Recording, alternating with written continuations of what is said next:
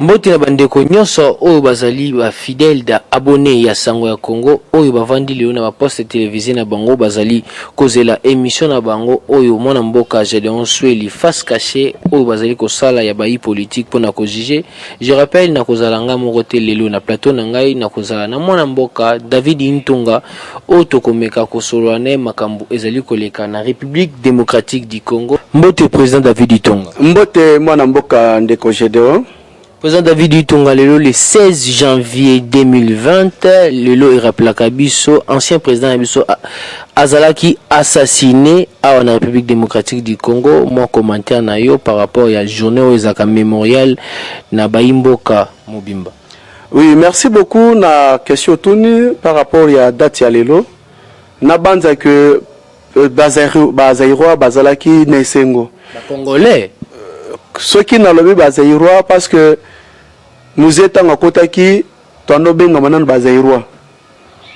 À Kotaki pour na kobengana o yazalaki na dictature, wasalaki 32 ans na pouvoir na kombo ya Joseph Mobutu.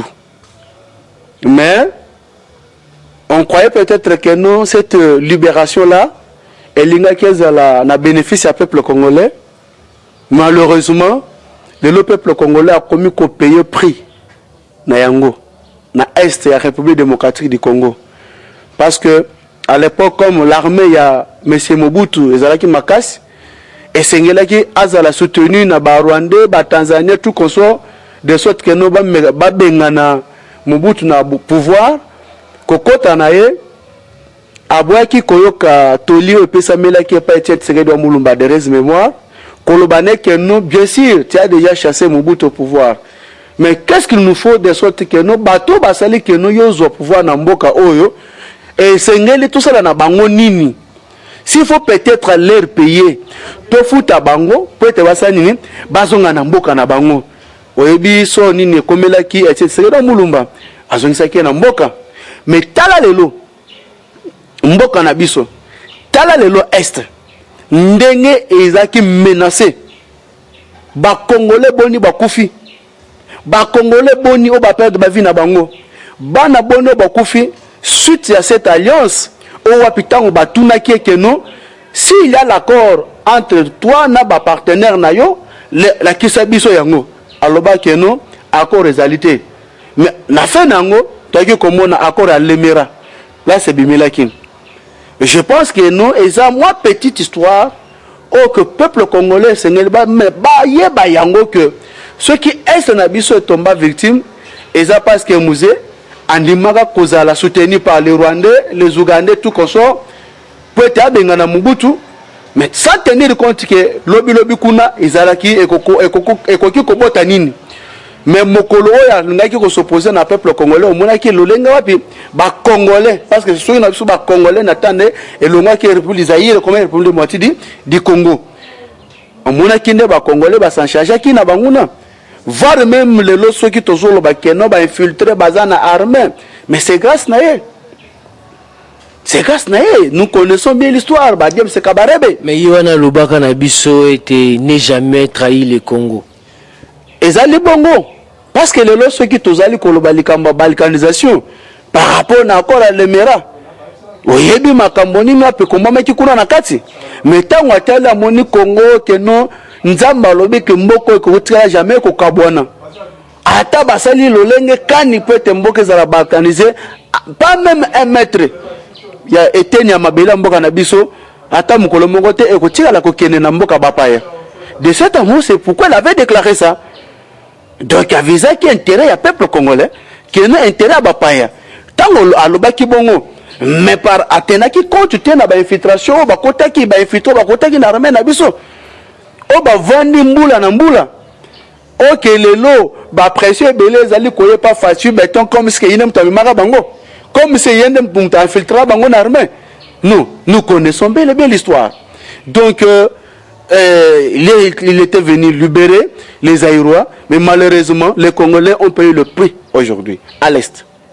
Mon mboka to simba ba déclaration politique au mon mboka Martin Fayulu alobi 70% ya balkanisation ezali déjà accompagné par Ndeko Kabila na Ndeko Félix Tshisekedi Okoloboni. matondo mingi mwana mboka ngana kosenga na président Félix que nous abongisela biso CNPP parce que CNPP ko aider ba détraquer trouble mental politique au bazali ko comprendre politique malamu te de sorte que nous bazala même ko soigner koune ko zala très bien. J'ai suivi son point de presse avec beaucoup d'intention mais ça me fait rire. Ça me fait rire pourquoi? Parce que Kolobakeno, il a commencé la politique avant Félix, c'est d'abord se moquer des peuples congolais.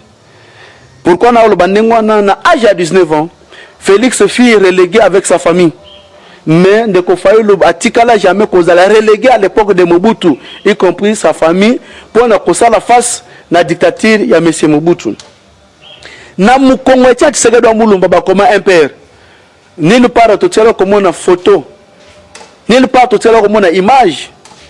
Il y a Tata Madidi Kobunda Pona Kola Congo. Lorsque le président Félix a totalisé 27 ans, il fait exilier en Belgique en caractère politique. Comment vous pouvez imaginer une personne qui est née dans la famille politique, Amélie Libelle na politique, Akoli na politique, Azu pouvoir na politique, yo ko banda politique na 1990 par rapport à la conférence nationale souveraine. Aux alaka président y a parti na yo, to participer en qualité de qui? Lorsque le président Félix le 15 février, j'ai dit le 15 février 91, na Belgique, na rapport à Belgique, na Juventus, c'était prévu que Ayanakin, il a été empêché. Tout le monde n'a zoka, tout le monde n'a tangisa makila. Pour ne pas la face de la dictature, il y a M. Mobutu. Si peut-être aujourd'hui on parle de l'âge politique, mais Baba Kyungmbelo comme président de la République démocratique du Congo, Mbelo Kenwa comme président, parce que tant que banda politique, il faut nous écouter à botamité. Lui parle que nous, il a commencé la politique avant. Mais M. Kabila est venu après, il a dirigé ce pays pendant 18 ans. Où était son expérience politique? Où était son expérience politique? Et puis, aller plus loin pour dire que non, M. Kabila a déjà balkanisé ses pays à 55%. Mais c'est là où j'interpelle la conscience, il y a Constant Moutamba. Oh, il y a tout moment, que non, il dépêche sa lobby pour M. Kabila. Je porte plainte. Mais lorsque M. Fayou est en train de diffamer votre seigneur, le sénateur M. Kabila, qu'est-ce que tu as fait de lui? Moi, Namboka, et que ça, on ne peut pas se makasi. Il faut dire que nazo peso masese oyo ezaki apotaka shwa na ye na eza opona opambola ye mais ezaka shwa nzambe te et moto aponaka moto mais pona kokamba pona ko mériter bénédiction ya famille et que n'ake pas Jacob choix de Dieu. Ndeko Fayulu a été élu à Genève, c'était par les personnes et non par l'ensemble du peuple congolais. Et non par l'ensemble du peuple congolais, parce que la voix du peuple c'est la voix de Dieu.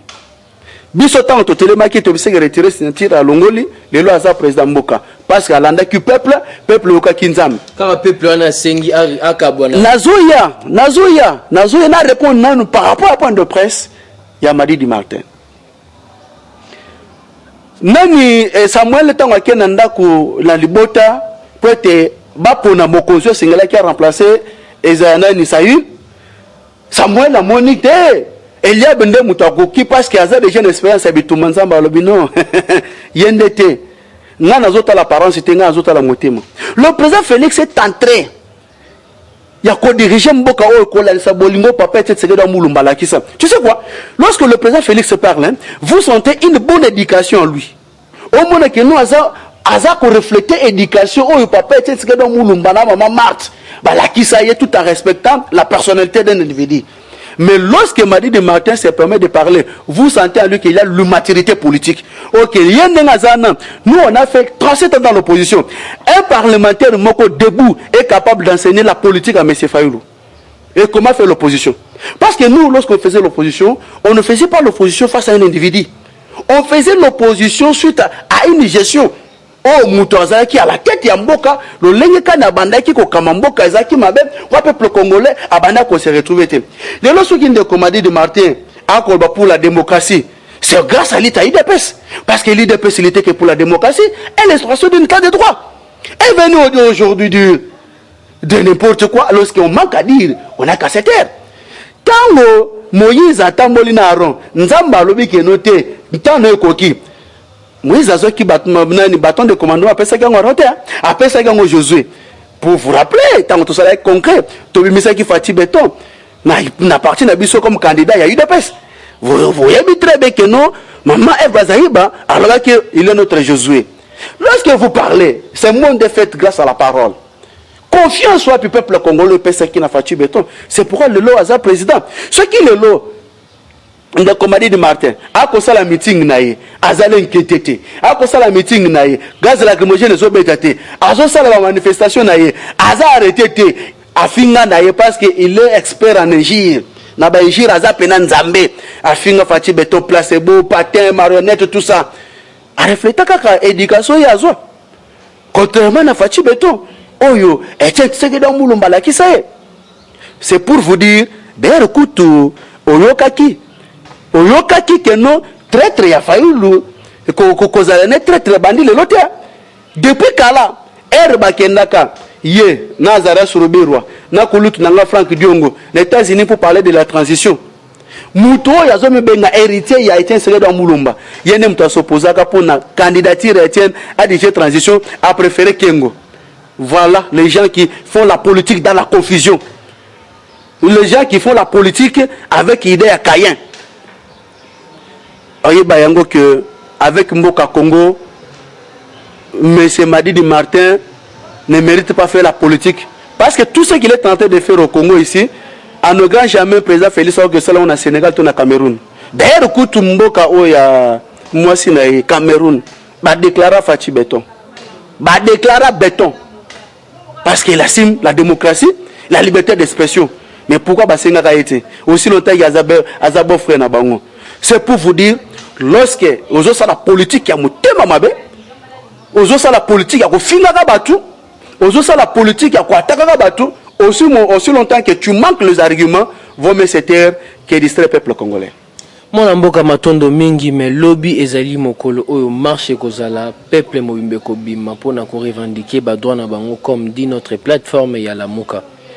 Merci beaucoup. D'abord, la Mouka, c'est Koufana Ebissa comme fois. Parce que les minutes qui dirige la Mouka. Tantôt, Mozito à la Mouka qui a fait ses déclarations. Tantôt, Fayoul à la Mouka qui a fait ses déclarations. On ne sait pas où est le leadership.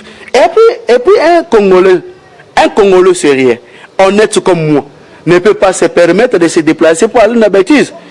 Comment marche ça qu'on allait revendiquer na Congo en nouvel élan?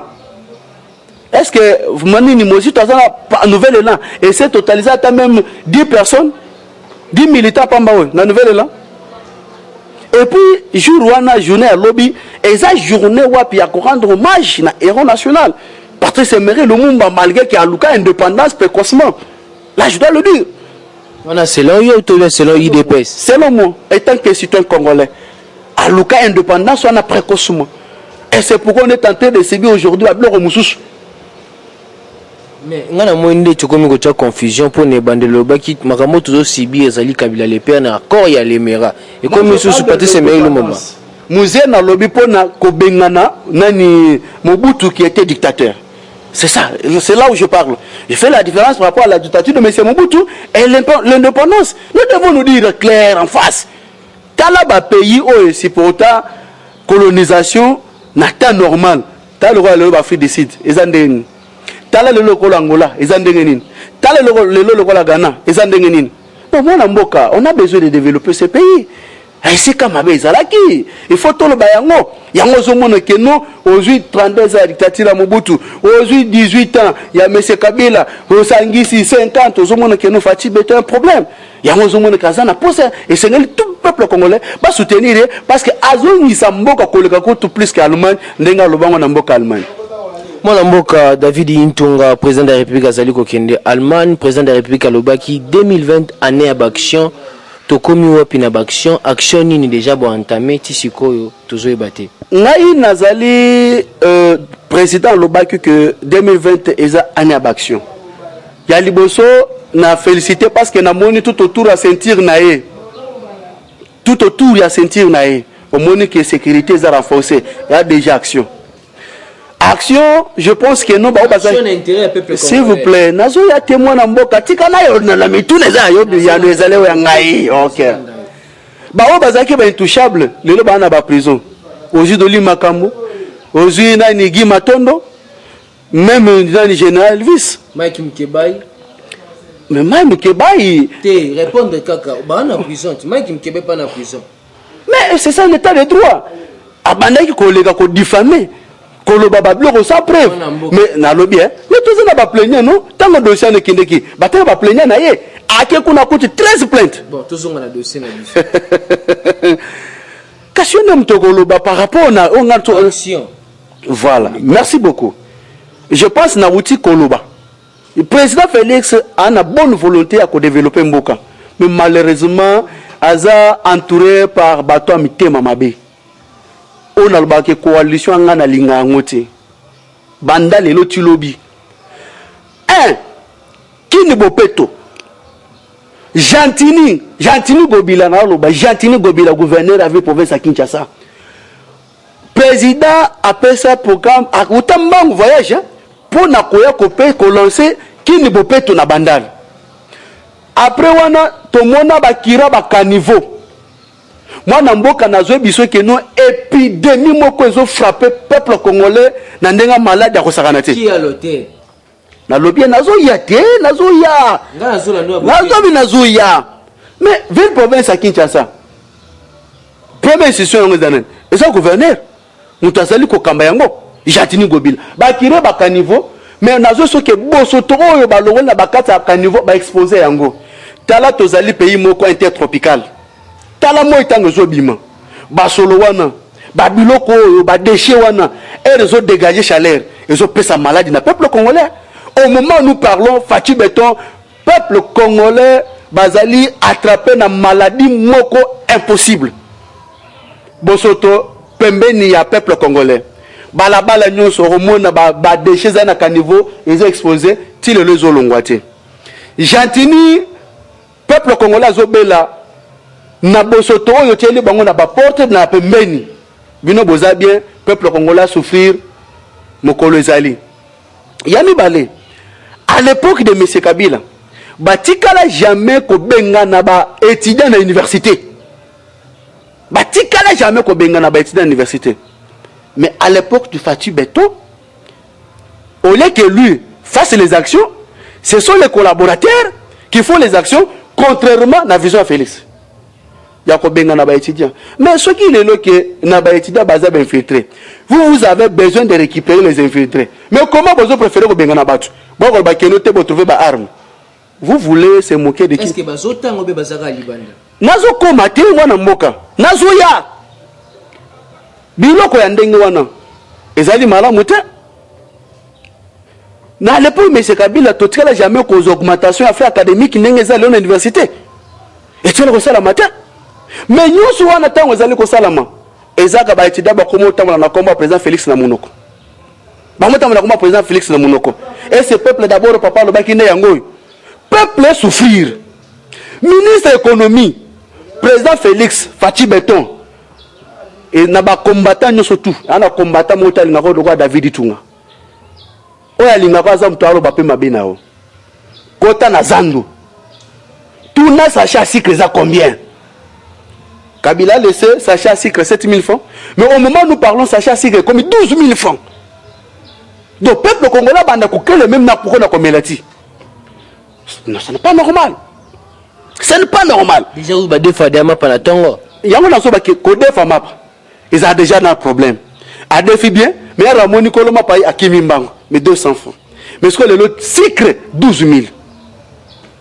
Ministre de l'économie, à Kanyi Maboko. Mais je me demande les députés de l'IDPS. Vous avez oublié la vision de Papa Etienne Tshisekedi Moulumba. Intérêt à peuple d'abord. Ok, non, nous avons une incapacité d'interpeller le ministre de sorte que non, il y a une assemblée nationale, se justifier. Quelque chose est très là pour ça la matin. Moi, Namboka, à l'époque de M. Kabila, est-ce que ce cas déjà battu le nombre de morts dans la prison centrale à Makala? Mais le lot, ça s'est fait. Espace à 10 semaines, autour de cas, 25 personnes dans la prison centrale à Makala. Pourquoi Bakoufi? Condition. Ok. Est-ce qu'à l'époque de M. Kabila, on a un nombre de morts? Pourquoi le bazo tanga yango? Ceux qui n'ont fait espace à 10 semaines, batangi 25, mais pendant 18 ans, bakofi combien? Bakofi combien? Ministre de la Finance, Fati Béton, peuple congolais va souffrir. Mbongo va circuler. Mbongo va circuler, moi na mboka. Peuple va souffrir.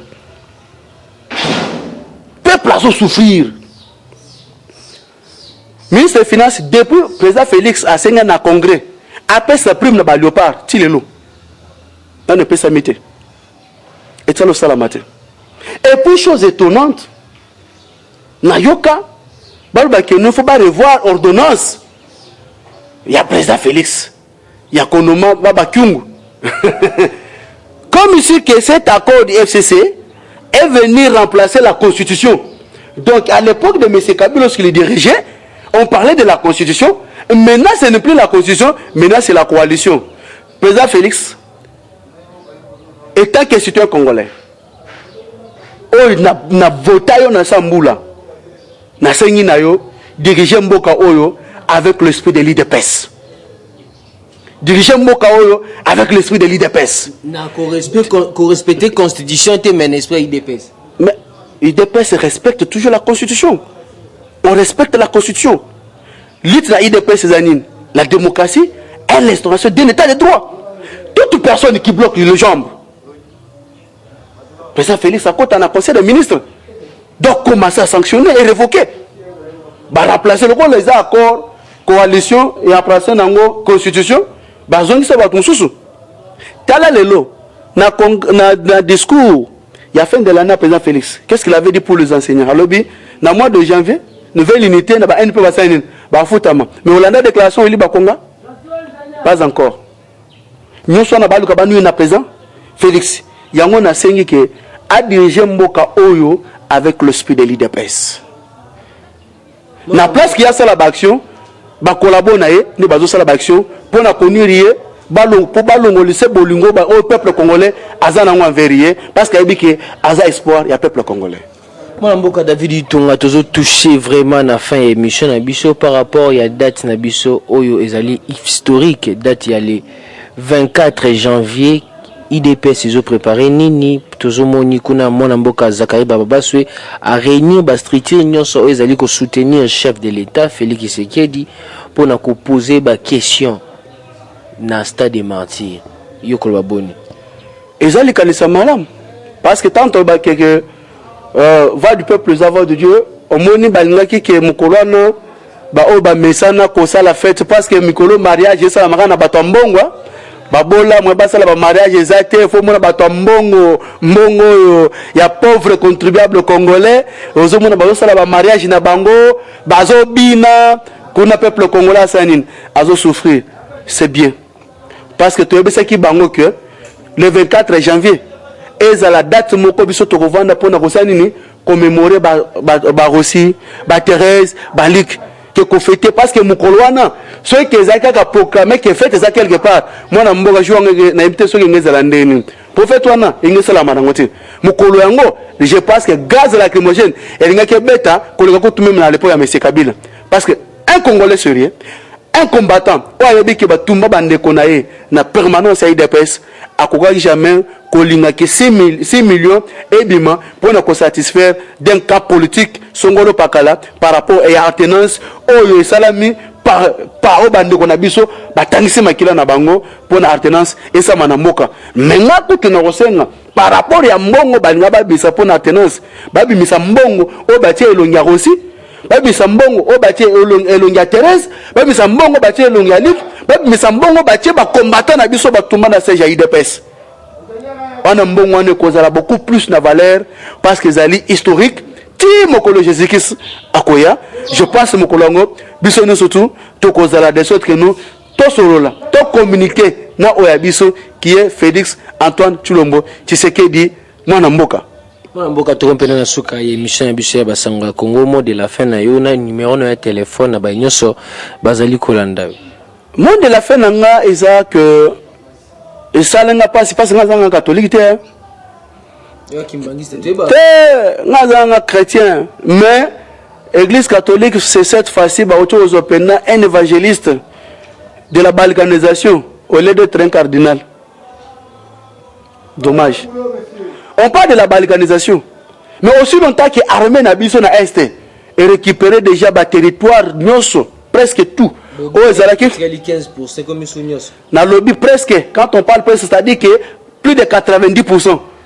On se comprend dans le moment.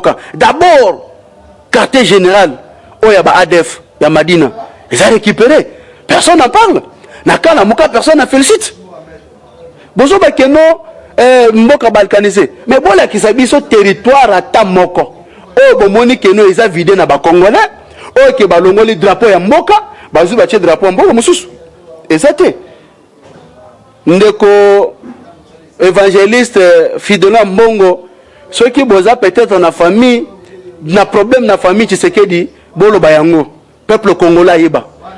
Parce que na conférence nationale souveraine, nani Etienne Tshisekedi Mulumba a bêta qui Thomas Sanga Musika. Mais tu es bien de comme sa troisième fois, il y a Kengo. Nous connaissons tous l'histoire. Le longue n'a papa, le lobo comme une moine. Si l'opposition, si politique, il y a opposition, et ça pété. Bande ko basa l'opposition. Tant que Monique non Madidi na fana mozutu, ba ko kampia kate, il faut créer un problème. Il y a qu'on parler pour la balkanisation. À sali ma vérité des ina ou simbité. À sali la réforme institutionnelle et simbité. À quelle ma balkanisation, ma balkanisation mbokapi. Et pas nen. Et parce que Banen Nathan Félix. D'abord quand on parle de la balkanisation, et Banen même Nathan Lumumba. Lumumba fait parler même ça. Mon nani mon bout n'engue moko. Monsieur le père n'engue moko. Donc Nathan il y a Kasavubu et Salamate. Nathan Mobutu et Salamate. Nathan Musée et Salamate. Nathan Kabila fils et Salamate. Et comme ça la mara Nathan Félix. Boni mutem mabebu. Ton n'a pas mbokat.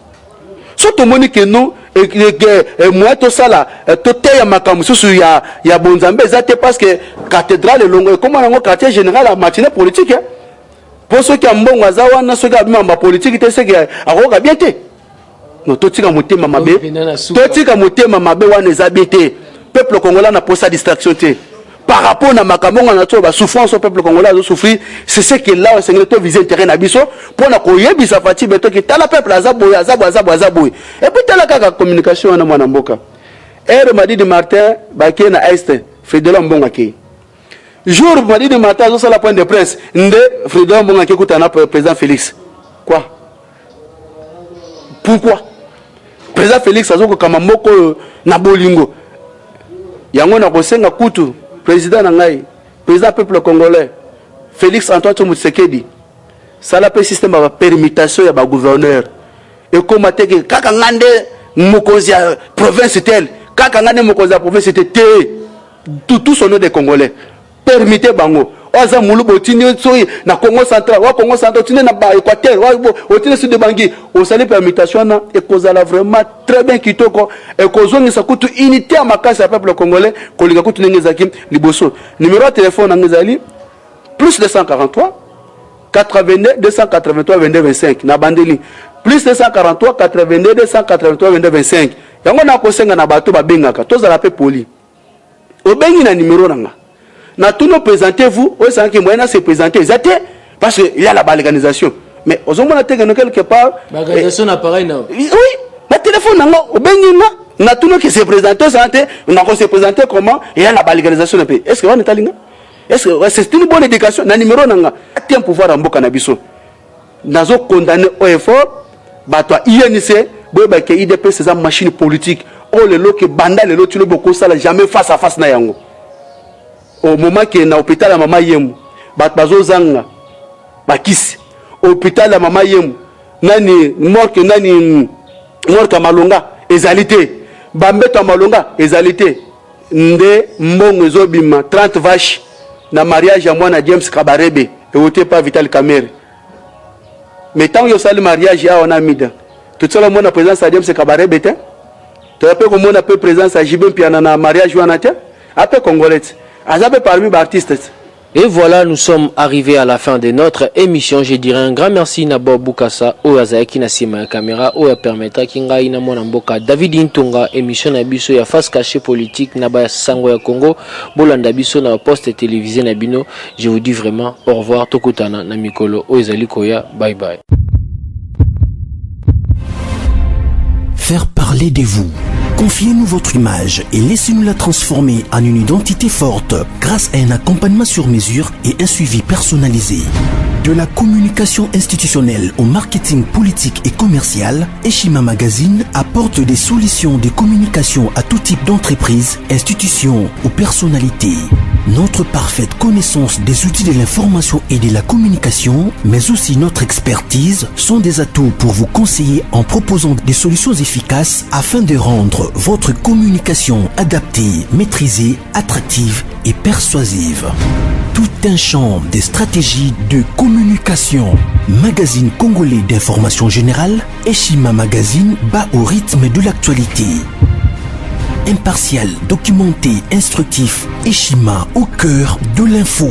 Communiquer de manière impactante nous exige une analyse approfondie de besoins, des objectifs et des cibles. Eshima Magazine assure l'intégralité de la promotion de vos projets, de leur conception à leur réalisation. Conseil en stratégie de communication et publicité, désir de partager, ambition de convaincre. Faites-nous confiance. Nos méthodes de travail, notre rigueur, ainsi que nos compétences comme identité de support des communications font de nous le magazine de référence. Retrouvez Eshima Magazine au 4012 avenue Ouia dans la commune de Kintambo à 2 minutes de magasin. Contact eshima-magazine@hotmail.com. Téléphone +243 85 11 34 444. Eshima Magazine, un nouveau standard d'information.